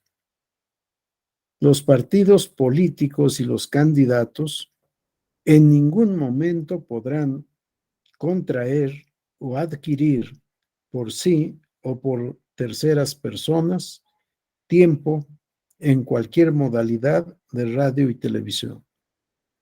Si el único tiempo del que disponen Aquí se refiere a partidos políticos y a candidatos, obviamente candidatos de los partidos o de coalición, pero también aplica para los candidatos independientes. Si por ningún motivo, por ningún medio, por ninguna razón, pueden obtener tiempo en radio y televisión para fines electorales. Y la otra regla: ninguna otra persona física o moral, sea a título propio o por cuenta de terceros, podrán contratar propaganda en radio y televisión dirigida a influir en las preferencias electorales de los ciudadanos, ni a favor o en contra de partidos políticos o de candidatos a cargos de elección popular. Queda prohibida la transmisión en territorio nacional de este tipo de mensajes contratadas en el extranjero. Sí, son reglas de propaganda política, propaganda electoral en radio y televisión durante la etapa de campaña, de jornada electoral y en términos generales, en cualquier momento. Pero lo que interesa aquí es en la etapa de procedimiento electoral, porque puede afectar la imparcialidad, objetividad, certeza y libertad inclusive de los votantes. Se requiere de elecciones libres, auténticas y periódicas, basadas en el voto individual, libre, secreto, directo, igual, intransferible y personalísimo de cada uno de los ciudadanos. Si se infringen estas reglas, se incurre en infracción sancionable en términos de lo previsto en el procedimiento especial sancionador y sobre todo en la Ley General de Instituciones y Procedimientos Electorales al momento de tipificar las conductas antijurídicas consideradas infracciones electorales y prever las sanciones aplicables, salvo algunos casos, como hemos visto, el de los servidores públicos, pero igual sucede con los notarios, fedatarios públicos en general y ministros de culto religioso. Queda a otros órganos, en el caso de ministros de culto religioso, la facultad sancionadora corresponde a la Secretaría de Gobernación del Gobierno Federal. En fin, así es como está el panorama del procedimiento especial sancionador, que se sigue a manera de juicio. Admitida la denuncia, se notifica y corre traslado al denunciado, se convoca a ambos, denunciante y denunciado, para llevar a cabo una audiencia de denuncia, pruebas, alegatos y defensa, por supuesto, del denunciado, para que una vez concluido este procedimiento se pueda enviar el expediente que se ha integrado a la sala regional especializada para que la sala dicte la resolución que corresponde. ¿Tiene algún comentario, duda o pregunta? Acuérdense que en el procedimiento especial sancionador solo son admisibles la prueba documental y la técnica, no más. Se aplica el sistema de la prueba legal. Solo se pueden ofrecer y aportar las pruebas que establezca la ley. Y en este caso, el artículo 472, párrafo 2, dispone que en el procedimiento especial sancionador no serán admitidas más pruebas que la documental y la técnica. Esta última será desahogada siempre y cuando el oferente aporte los medios para tal efecto en el curso de la audiencia. Si no aporta los medios para el desahogo de la prueba técnica, pues se quedará sin esa prueba. No existe el deber jurídico de la autoridad de contar con los instrumentos necesarios para su desahogo. En cambio, la otra prueba, la documental, no requiere preparación ni desahogo, dado que lo que se tenga que comprobar está en el contenido del documento exhibido y que obra en el expediente. ¿Qué requisitos se deben cumplir para poder presentar una denuncia o queja? Las previstas en el párrafo 3 del artículo 471.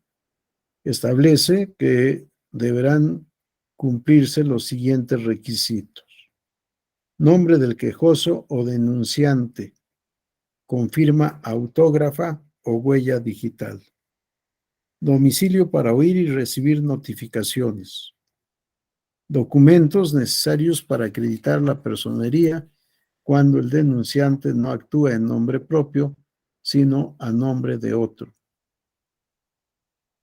Debe hacer una narración expresa y clara de los hechos que sustentan su denuncia. Debe ofrecer y exhibir las pruebas con que cuente, o en su caso mencionar las que habrán de requerirse por no tener posibilidad de recabarlas. Y finalmente, en su caso, las medidas cautelares que se soliciten. Este escrito, bueno, ya adelanté, esta denuncia o queja debe ser por escrito y mediante el escrito tradicional, no mediante escrito electrónico. No está previsto en ninguna parte, pero dispone el legislador que la denuncia debe contener firma autógrafa o huella digital del compareciente como denunciante. Desde el momento en que pide firma autógrafa, se debe entender que se requiere la denuncia en el documento tradicional, en papel, mediante el lenguaje escrito, caso en el cual se debe asentar la firma de puño y letra del compareciente. Si éste no sabe o no puede firmar, es admisible la huella digital. Si no se cumplen estos requisitos, la denuncia o queja será improcedente. ¿Algún comentario o pregunta? Adelante, María del Refugio. Doctor, yo tengo una duda respecto sobre el primer acuerdo que se hace recibida el escrito. Sí. Si solicitan medidas cautelares, bueno, sé que en algunos casos puede haber reserva de la admisión. En ese primer acuerdo se puede hacer mención respecto de las medidas cautelares o hasta que se admita. Esa sería mi pregunta. Gracias.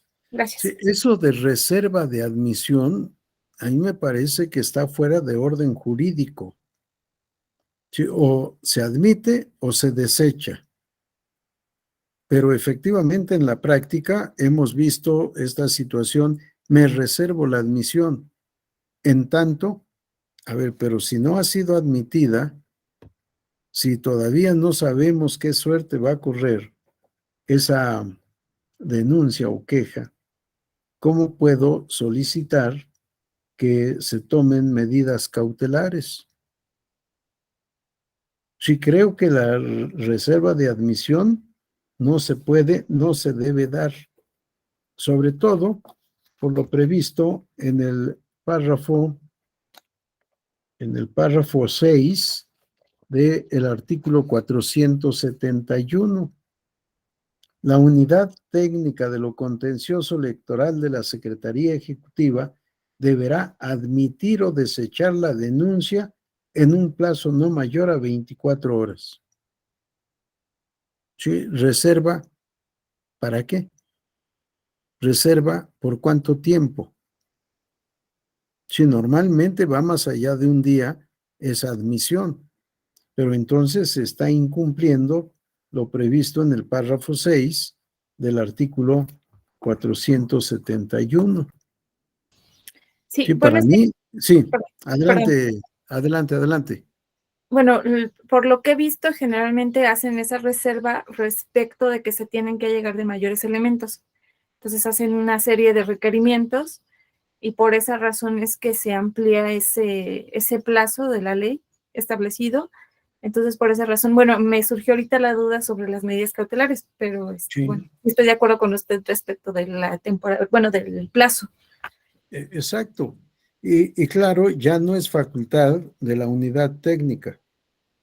Si la unidad técnica se reserva la facultad de admitir o desechar, porque tiene que llevar a cabo algunas diligencias, debe dar vista a la Comisión de Quejas y Denuncias. Se presentó esta denuncia y el denunciante solicita esta medida cautelar. Someto a tu consideración para que determines lo procedente. Pero, a ver, ¿por qué la reserva de admisión o desechamiento? Bueno, pudiera ser la reserva por razón de que requiere, bueno, dependiendo del asunto, ¿no? Quizás requieran una serie de mayores elementos, como, no sé, se me ocurre en una denuncia por desvío de recursos públicos, no sé, mayores datos respecto de cómo se da ese desvío, ¿no? Sobre A todo va ver, encaminado a la cuestión te metí en problemas, María. No te preocupes, porque ajá, fue el Tribunal Electoral el que metió en problemas a la unidad técnica. Investiga. ¿En dónde está eso? Yo siempre me opuse, siempre emití voto particular cuando le ordenaban a la unidad técnica que investigara. No tiene nada que investigar. Si tiene, por eso les decía, es un procedimiento sumarísimo dentro de las 24 horas. ¿Qué duda puedo tener? Ninguna. Y la duda que tenga, que se despeje en 2 o 3 horas. Pero esto que dices, y tienes razón, que haga investigación. Sí, pero no es un procedimiento de investigación. Es un procedimiento sumario que por la naturaleza de la conducta se debe esclarecer. Dentro de brevísimo tiempo, no tengo aquí el ejercicio que hice cuando emití votos particulares, en cuánto tiempo se debe resolver un procedimiento especial sancionador. Si 24 horas para admitir, 48 horas para la audiencia, remisión inmediata y 24, el turno inmediato en sala superior. No recuerdo si 24 o 48 horas para el proyecto, 24 horas para resolver. En una semana máximo, estaría resuelto el asunto. Hay muchos casos, me queda claro, en que no se resuelve así, en que la unidad tiene que hacer requerimientos, en que tiene que llevar a cabo diligencias de investigación, pero eso no está en la ley. Eso fue ocurrencia de sala superior que le impuso a la unidad técnica esa necesidad procedimental que no tiene fundamento. Y entonces ahora la unidad tiene que hacer diligencias de investigación casi cautelar para ver qué resulta de lo investigado. No, si la denuncia no es clara, no es precisa, no tiene todos los elementos de prueba que debe tener, se desecha. ¿Sí? Porque no hay más que 2 especies de prueba, documentales y técnicas. E incluso la disposición, si solo aporta notas periodísticas, se desecha. En fin, yo creo que también ahí tenemos que rectificar el camino. Pero para esto se requiere que sea la sala superior la que determine si está bien o está mal que siga investigando la autoridad. Le hemos impuesto la obligación de investigar en donde no tiene necesidad de investigar. Si de las constancias de autos resultan implicadas otras personas, otros servidores públicos, podrá ampliar ahora sí la investigación, llamarlos, pero ya son actuaciones de oficio. Lo que denunció o de lo que se quejó el denunciante se debe resolver de inmediato con independencia de hacer algún desglose e iniciar de oficio otra investigación o una investigación para otro procedimiento especial sancionador y con plazos brevísimos. Si en realidad no debía de haber reserva de admisión. Sí he visto esos autos, pero carecen de todo fundamento. Que en la práctica, bueno, en la práctica se hacen muchas cosas que no están en la ley y que sin embargo se tienen que llevar a cabo porque alguien lo ordenó y lo ordena alguien a quien no se puede desacatar. Porque desacatar, incumplir lo ordenado, tiene consecuencias jurídicas. Espero haberte aclarado y no haber complicado más el tema, María del Refugio, porque efectivamente así es como se está trabajando en la práctica. Sí, pero no debería de ser. Sí, muchas Sin gracias. embargo, insisto, no es culpa del instituto, sino aquí es responsabilidad de sala superior. Y no de la actual integración. Eso fue de la integración en la que a mí me tocó estar. Y que se ha continuado la práctica. Sí, pero siempre me opuse a ello, siempre emití voto particular, porque no está así conforme a la normativa aplicable en la materia. Bien, si alguien tiene alguna otra pregunta, comentario u observación, adelante. Si no, daremos por concluida la sesión. Son 7:00 p.m. con 3 minutos. Bien, concluimos entonces y ya nos veremos en otro tema. No sé cuándo concluye, voy a revisar también este diplomado. Y si no, pues nos estaremos viendo en otro diplomado seguramente. Sí, a este le falta todavía un buen tramo porque vienen todos los medios de impugnación en específico. Suerte y éxito, que descansen, sobre todo hoy que es viernes y parece que con un día intermedio de trabajo vienen días de asueto, aprovéchenlos para reponer energías. Que les vaya bien. Buenas noches para todos. Buenas Buenas noches. noches. Hasta luego, buenas noches. Hasta luego, Saludos. buenas noches. Hasta luego, Gracias. doctor. Gracias. Hasta luego. Adiós. Gracias, José Antonio.